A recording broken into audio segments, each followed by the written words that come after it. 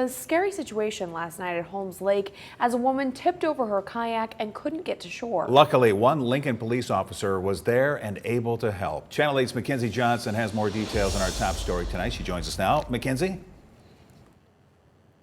Yeah, Holmes Lake is normally a place where people go for a peaceful walk or to enjoy some time outside.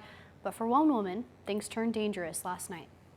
I pulled up and I could see that there was a kayak or something flipped over in the water. Sunday night at Holmes Lake, people started to hear yelling. It was a woman screaming for help who had tipped over her kayak and wasn't wearing a life jacket. Lincoln police were called around 6, but it took a little while for anyone to arrive to help.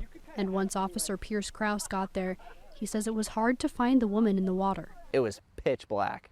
And the kayak was like a darker color, I think, so it was super hard to see. It kind of just looked like a stick floating. The woman had tipped over near the south shore and wasn't able to get to safety.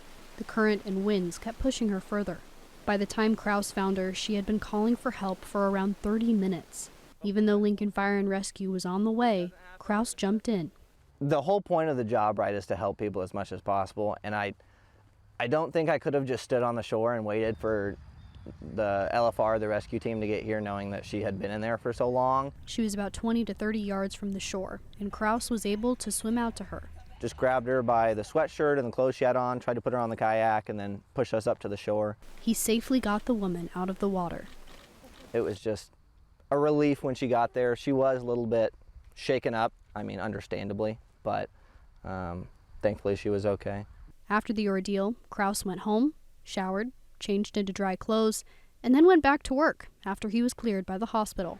And shockingly, his supervisor, Sgt-tu-tran, has been in similar situations. Krouse says Tran is part of the reason he knew what to do and why he went back to work so quickly. Sergeant Tran had 2 water rescues, one at the beginning of this year in February and one last year in September.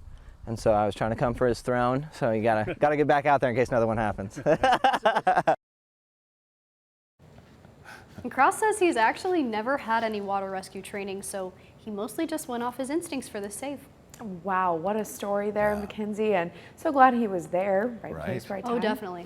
Thank you very much.